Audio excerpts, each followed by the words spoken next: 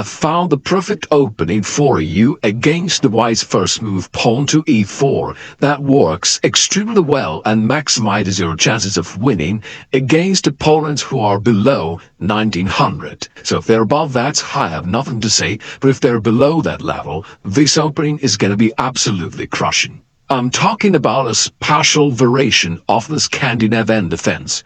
Here after pawn takes, instead of the common queen takes d5, you play knight to f6, which usually gets your opponents out of their opening prep. Now, at this point, your opponents will usually play knight to c3, and some of them will be greedy and will wish to defend this pawn by playing pawn to c4. So those are the most common moves at this rating level, and you are gonna crush your opponents in both cases.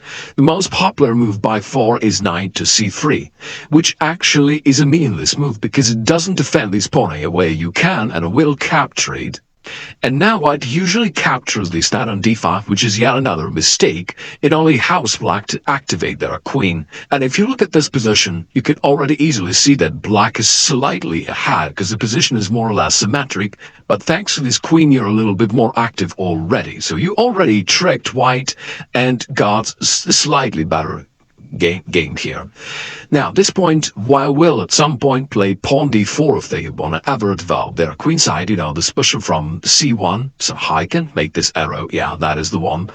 And then it leads to a more or less force in line, which is absolutely brilliant. Here is the trick. You play knight to c6, put in the second attack to this pawn. They're going to defend it with the move knight f3, then they continue putting pressure with the move bishop to g4, pinning the knight down to the queen, and thus renewing your threat to this pawn. They're going to play bishop e2, trying to neutralize this pin with any castle queenside. And now your rook gets involved into this attack, and therefore they played pawn to c3, defending the pawn. And now you've laid pawn e5 to completely disrupt white's defense. But they think, okay, that's just an exchange. Let me take over here. And they do expect you to capture their queen on d1 and to trade queens. But instead, you do a lot smaller thing. You play the move queen to e4, and that is the trick. Basically, right now, your position is already winning. But of course, it is hard to blame white because all the previous moves were so natural to play that, yeah, it's hard to foresee that white is going down here so badly. Now, what's the problem? First of all, you open up this rook and now it hits the queen. Secondly, the queen from e4 actually is also doing a good job putting pressure on the e-file, pinning this bishop. Therefore, some bishop takes f3 is an issue for white potentially because the bishop from e2 cannot move. But the very first threat they get address is a direct threat to their queen. They usually try to retreat somewhere to b3, but then you take here on e5, putting even more pressure. And what can I do now? You threaten to capture this knight. They cannot really ever move it, because if so, there is queen takes c2, simple checkmate. But if they don't move the knight, what else can they do? They can't really castle, because then they lose this bishop on e2. They have to maintain the guard. So they're just defenseless, and that's how you win very easily, basically, simply in 10 moves. Now, let me explain why this variation is so effective, and give you some other useful tips. Now let me share with you why did they say that this variation works perfectly well on the level sub 1900. Okay, so now we're at the Lichess database of games, and here in the right bottom corner you can see the statistics of the games played. After the first most played move pawn to e4 was pawned with a relative the rarest Alekhine Defense pawn d5. They capture it most of the time. Instead of queen to d5, we go into knight at f6. And now, let's look at the stats. You can see that the most popular move by 4 is knight to c3, and it is played by players with the average rank of about 1700, okay? Now, the second most played move is pawn to c4 if white wants to hold on to this pawn on d5, and it is played by also players in the rating range of about 1700. The correct move, the most principled move in this position, is the move pawn to d4, but you can see that Only players with the average rank of closer to 1900 are aware of that, and those that are below usually choose between either c4 or knight to c3, and that's why I said that, unless your opponent is a more advanced level 1 who knows that white should be playing pawn d4 here, they're gonna fall into one of the traps that we have set for them. Alright, so in this critical position, we do know that most of the players will play knight c3, falling into the trap that we've been analyzing. Some of them will go pawn to c4, we're going to talk about that in a minute. And in case your opponent is above 1900 and do know the right move, pawn to d4, I've got another video which I'll link up there and also in the description below the video where I show you a very aggressive opening variation against this one. But for now, let's stick to the most commonly played moves, and the greedy option is pawn to c4, solidifying this pawn on d5.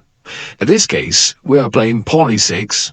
We are gambiting a pawn, but we are willing to do that because now you've got a lot of activity. Just look at this. White is still completely passive. You already have a couple of pieces involved in the game, and just with a few more moves, you're going to finalize your development and rush into the attack. But white still thinks that their position is great, and they're going to be playing pawn to d4. And so far, it seems as if white outsmarted you, because their pawn up, they have these beautiful pawns in the middle of the board. They're maybe threatening pawn d5, driving away your bishop. But little do they know, there's gonna be something really annoying for them coming soon. You've led bishop b4, check to the king. White thinks, okay, I was going to play knight to c3 anyway, so they do play. And now you play knight e4, creating the very simple threat. This knight is attacked and pinned, and you attack it twice.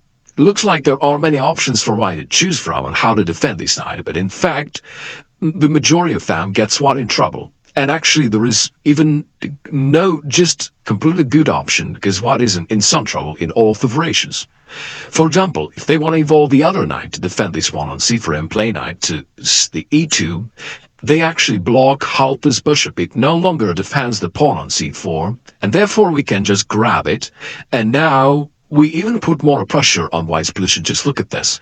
It's really annoying for white, right? So that's now really the solution to all of white's problems.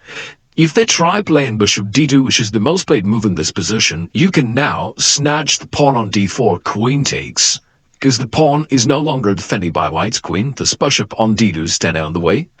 Queen takes d4 also creates an interesting threat of queen takes f2, almost as color as checkmate here now.